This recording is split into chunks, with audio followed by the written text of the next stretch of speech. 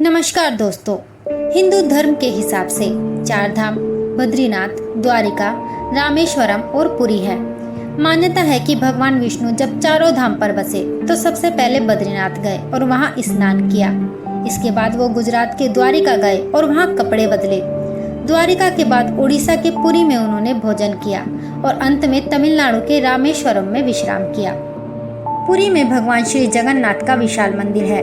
पुरी के इस मंदिर में भगवान जगन्नाथ, उनके भाई बालभद्र और बहन सुभद्रा की काठ लकड़ी की मूर्तियां हैं। लकड़ी की मूर्तियों वाला ये देश का अनोखा मंदिर है। जगन्नाथ मंदिर की ऐसी तमाम विशेषताएं हैं। साथ ही मंदिर से जुड़ी ऐसी कई कहानियां हैं जो सदियों से रहस्यमयी बनी हुई हैं। यहाँ के चमत्कारों को जानकर कोई भी हैरान हुए बगैर नहीं रह सकता। इस कृष्ण मंदिर से जुड़े कुछ ऐसे अनोखे तथ्य हैं जिसे जानकर आप दंग रह जाएंगे कि क्या ऐसा भी हो सकता है। वास्तव में यह मंदिर आस्था के साथ साथ अपने इन रहस्यों के लिए भी प्रसिद्ध है। इस मंदिर से जुड़े कई ऐसे राज हैं जिसे विज्ञान की कसौटी पर कई बार परखने की कोशिश की गई है, मगर आज भी अनसुलझे हैं। मंदिर से जुड़ी कई अनोखी बातें हैं जो आज भी लोगों के लिए एक पहेली ही बनी हुई है। फिर चाहे मंदिर बनाने से जुड़ी कहानी या हर 12 साल बाद भगवान जगन्नाथ की प्रतिमा बदलने की पूरी प्रक्रिया हो, ऐसे ही कुछ अनसुलझे रहस्यों के बारे में आज हम आपसे बात करेंगे। लेकिन वीडियो शुरू करने से पहले आपने अब तक अगर चैनल को सब्सक्राइब नहीं किया है तो प्लीज़ चैनल को सब्सक्राइब कर लें और बेल आइकन प्रेस कर लें, जिससे कि सारी जानकारी आपको मिलती रहे। तो चलिए दोस्तों, वीडियो को शुरू करते हैं। वीडियो थोड़ी लंबी हो सकती है लेकिन अंत तक ज़रूर देखिएगा। ये बहुत ऐसी मान्यता है कि मंदिर में मौजूद प्रतिमा के अंदर ब्रह्मा जी का वास है। जब श्री कृष्ण ने धर्म स्थापना के लिए धरती पर अवतार लिया तब उनके पास अलौकिक शक्तियाँ थीं, लेकिन शरीर मानव का था। जब धरती पर उनका समय पूरा हो गया तो वे शरीर त्याग कर अपने धाम चले गए। इसके बाद पांडवों ने उनका अंतिम संस्कार किया। इस दौरान उनका दिल आग से धधकता रहा। पांडवों ने इसे जल में प्रवाहित कर दिया। तब ये लकड़ी की लट्ठे के रूप में बदल गया। यही लट्ठा राजा इंद्रदुम्न को मिल गया। उनकी भगवान श्री कृष्ण में बड़ी आस्था थी। वो उसे ले आए और मंदिर में स्थापित कर दिया। तब से ये मंदिर में ही मौजूद है। हर 12 साल बाद भगवान की मूर्ति बदल जाती है, मगर लट्ठा वैसा ही रहता है। इससे जुड़ी एक दिलचस्प कहानी भी है। जब मंदिर के पुजारी इस लट्ठे को बदलते हैं तो उनकी आंखों पर पट्टियां बंधी रहती हैं और हाथ कपड़े से ढके रहते हैं। ऐसे में पुजारी ना तो उसे देख पाते हैं और ना ही छू पाते हैं। ऐसा माना जाता है कि जो कोई इसे देख लेगा उसकी मौत हो जाएगी। इसके अलावा भी कई ऐसे रहस्य हैं जो मंदिर के भक्तों के लिए बेहद खास बने हुए हैं। जगन्नाथपुरी जितना खूबसूरत है उतना ही रहस्यमय भी है। समुद्र के किनारे बना यह मंदिर अपने अंदर कई दैवीय चमत्कारों को समेटे हुए है। यहाँ विज्ञान के कई नियम भी काम नहीं करते। भगवान जगन्नाथ के इस मंदिर पर जाकर कोई भी इस आश्चर्य को देख सकता है, लेकिन अनेकों प्रयासों के बावजूद अब तक इन रहस्यों से पर्दा नहीं उठ सका है। यहाँ के कुछ रहस्य इस प्रकार हैं। इसमें सबसे पहले है मंदिर का झंडा।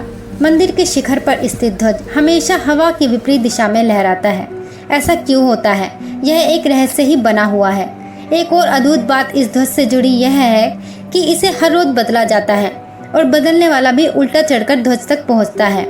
मान्यता है कि अगर किसी दिन झंडे को नहीं बदला गया तो शायद मंदिर अगले 18 सालों के लिए बंद हो जाएगा। फिर है चमत्कारी सुदर्शन चक्र। जगन्नाथ मंदिर के शिखर पर एक सुदर्शन चक्र लगा है, जिसके बारे में कहा जाता है कि उसे किसी भी दिशा में खड़े होकर देखें पर ऐसा लगता है कि चक्र का मुंह आपकी ही तरफ है। इसे नील चक्र भी कहते हैं। यह अष्ट धातु से निर्मित है और अति पावन और पवित्र माना जाता है। इसमें अगला है गुंबद की छाया नहीं बनती। यह दुनिया का सबसे भव्य और ऊंचा मंदिर है।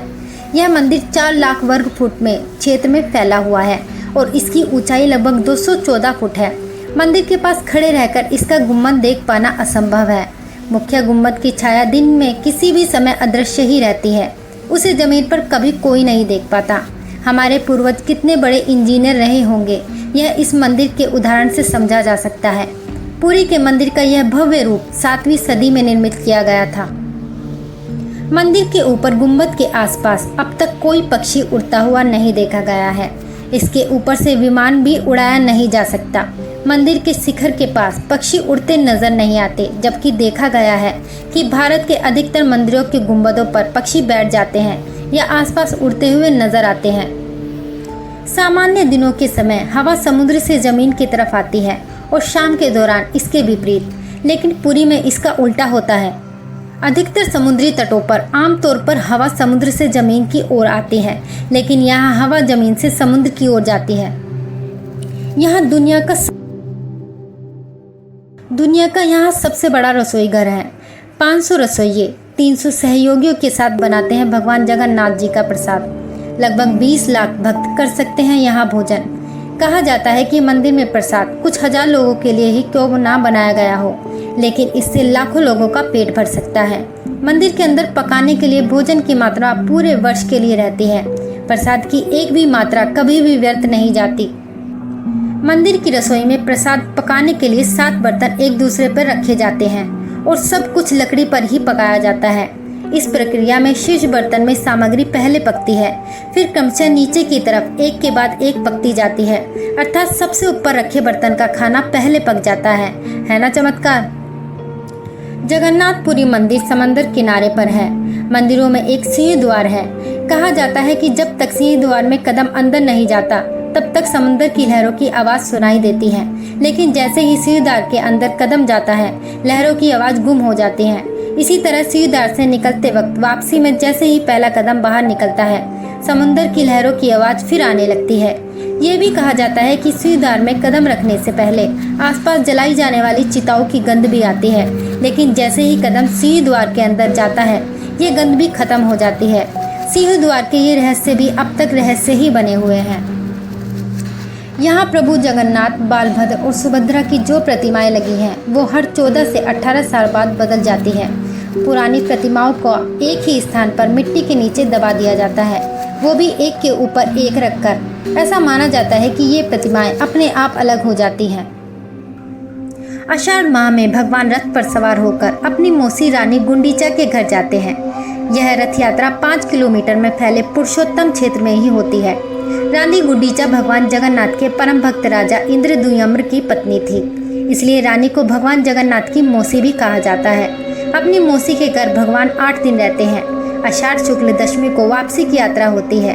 भगवान जगन्नाथ का रथ नंदी घोष है, देवी सुभद्रा का रथ दर्प दलन है और बालभद्र का रथ तल ध्वज है। पूरी की गज।